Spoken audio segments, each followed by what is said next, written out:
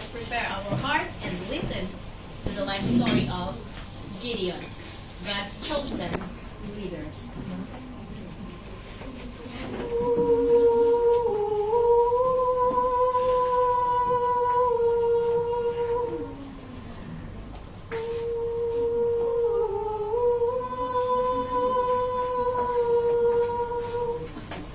Again, the Israelites did evil in the eyes of the Lord, and for 7 years he gave them into the hands of the Midianites.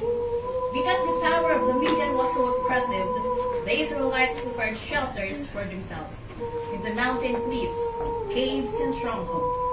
Whenever the Israelites planted their crops, the Midianites, Amalekites, and other eastern people invaded the country. They camped on the land and ruined their crops all the way to Gaza, and did not spare a living thing for Israelites, neither sheep, nor cattle, nor donkeys. They came up with their livestock, and their tents came like a swarm of locusts. It was impossible to count them and their camels. They invaded the land to ravage it. The Midian impoverished Israelites, and they cried out to the Lord for help. When the Israelites cried to the Lord because of Midian, he sent them a prophet who said, "This is what the Lord of God, the Israel, says. I brought you up out of Egypt, out of the land of slavery. I snatched you from the power of Egypt and from the hand of your all oppressors. I drove them out before you and gave you their land. I said to you, I am the Lord your God. Do not worship other gods of Amorites, in whose land you live, but you have not listened to me." The angel of the Lord came and sat down under the oak in Ophrah that belonged to Joash the Abegailite, where his son Gideon was thrashed to it by the one pressed to hide it from the Midianites. When the angel of the Lord appeared to Gideon, he said, "The Lord is with you, mighty warrior." "Oh my Lord, if the Lord is with us, why didn't this all befallen us? And where be all these miracles which our fathers told us of, saying, Did not the Lord bring us up from Egypt? But now the Lord hath forsaken us, and delivered us into the hands of Midianites." The Lord turned to him and said, "Go, and the strength you have, and save Israel out of Midian's hand.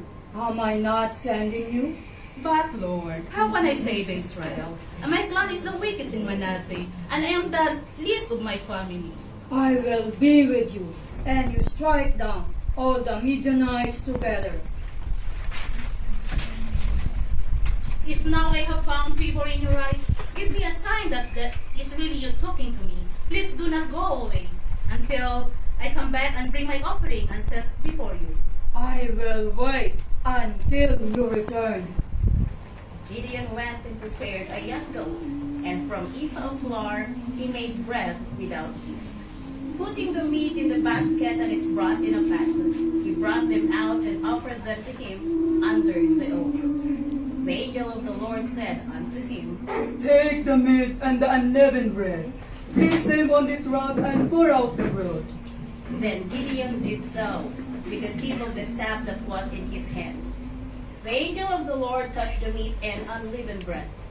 Fire frayed from the rock, consuming the meat and the bread. The angel of the Lord disappeared. When Gideon realized it was the angel of the Lord, he exclaimed, "Ah, sovereign Lord, I seen the angel of the Lord face to face."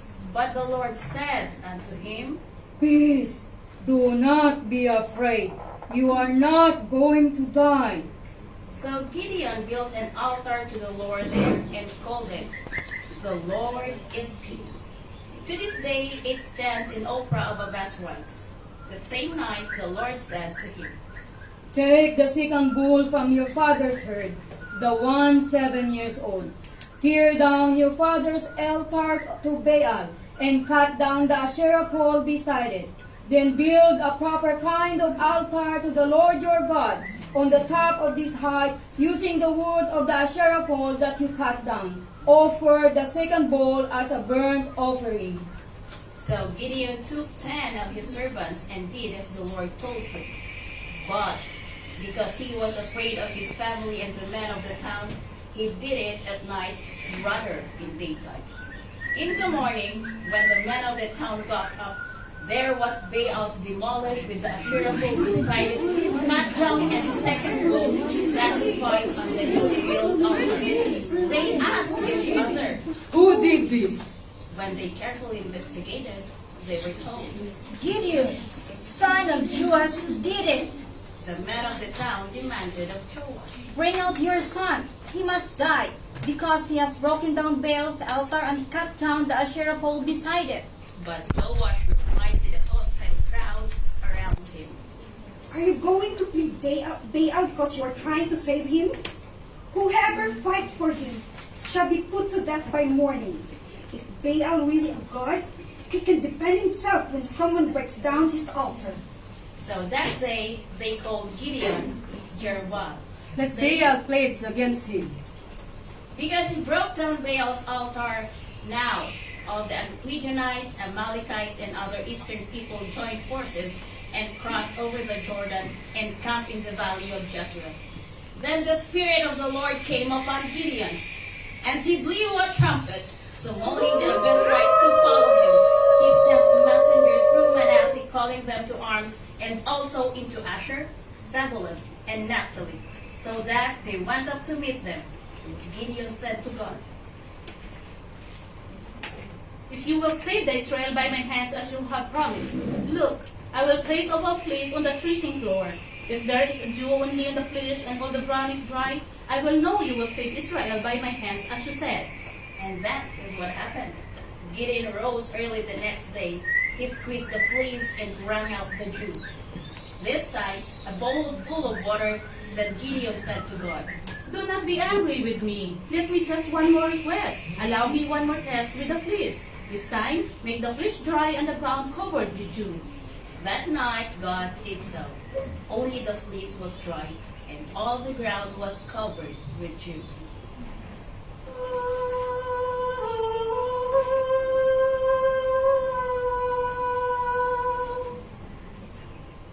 Early in the morning, Jerubbaal, who's Gideon, and all his men come back to well of Harod. The camp of Midian was north of them in the valley near the hill of Moreh. The Lord said to Gideon, The people that are with thee are too many for me to give the Midianites into their hands, lest Israel bound themselves against me, saying, My own hands hath saved me. Announce now to the people, anyone who trembles with fear may turn back and leave Mount Gilead.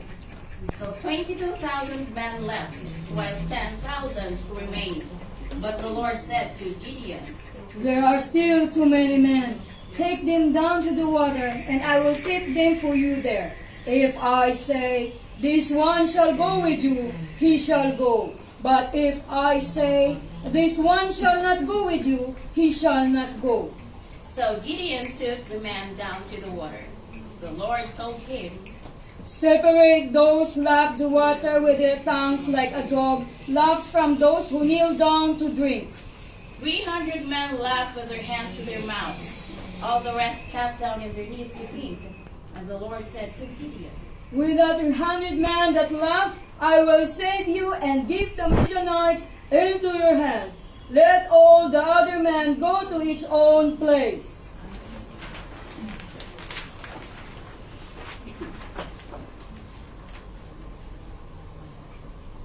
The Lord said unto Gideon, through these 300 men of war, and their yoke men, with the sword in their hands, and deliver my people from the hands of the Midianites, and all the earth can see that I am the Lord. Do not be afraid, because your vote is in your mind. Break down the altar of Baal and offer your sacrifice. With a sword and a jar in their hands, and a cry of war in their hearts, that night they went to fight the Midianites. By the sword of the Lord they flee, by the sword of Gideon they die, by the sound of war they all were put to flight.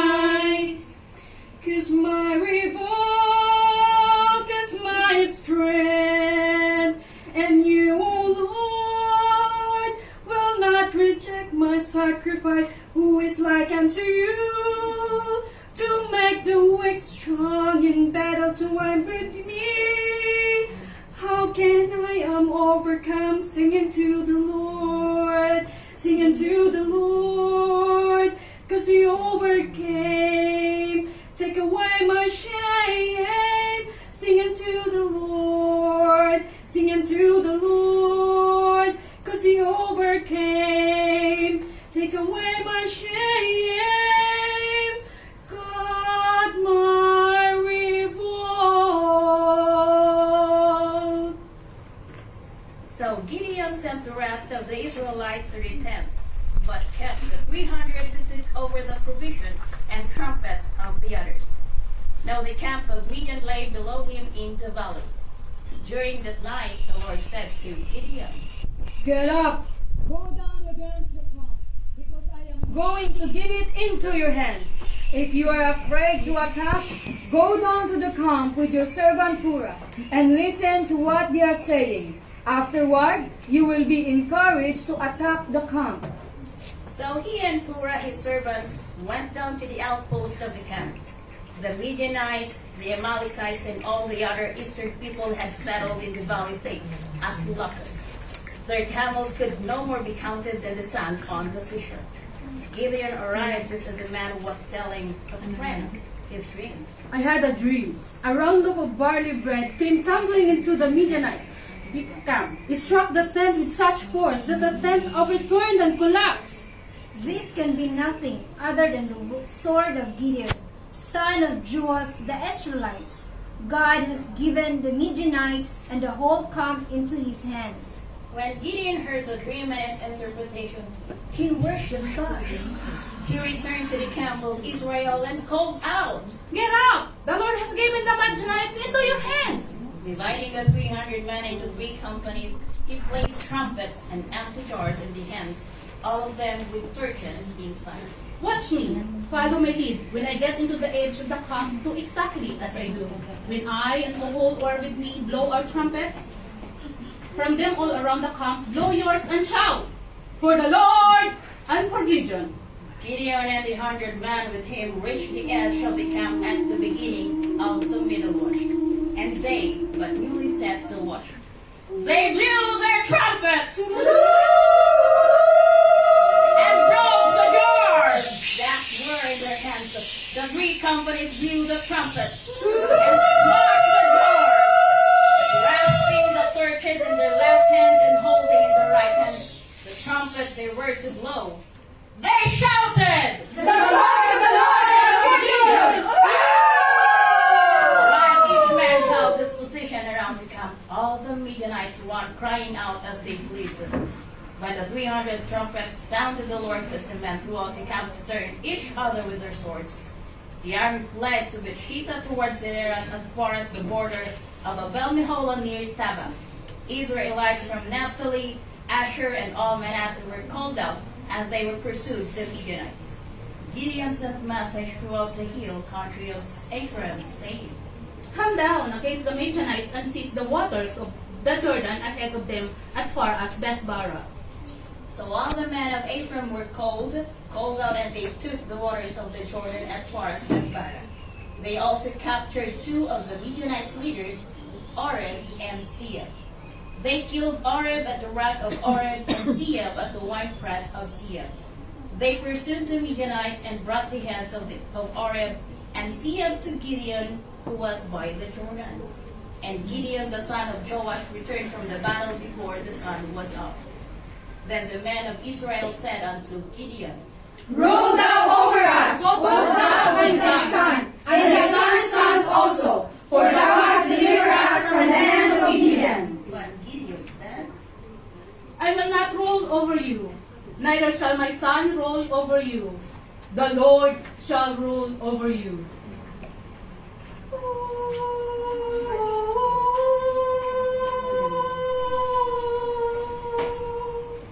Gideon's story to Christ's connection. God uses those who are weak or those who are in impossible situation to show his power and might. God uses our weakness to show his glory when we realize we must depend on him. As we saw with Gideon, God specifically chose the weakest person and sanctified him as a vessel in the weakest tribe to lead his people into battle. God promised Gideon victory and safety. As the word of God says, not by might nor by power, but only by God's power. Thank you, and to be God be the glory. God bless you.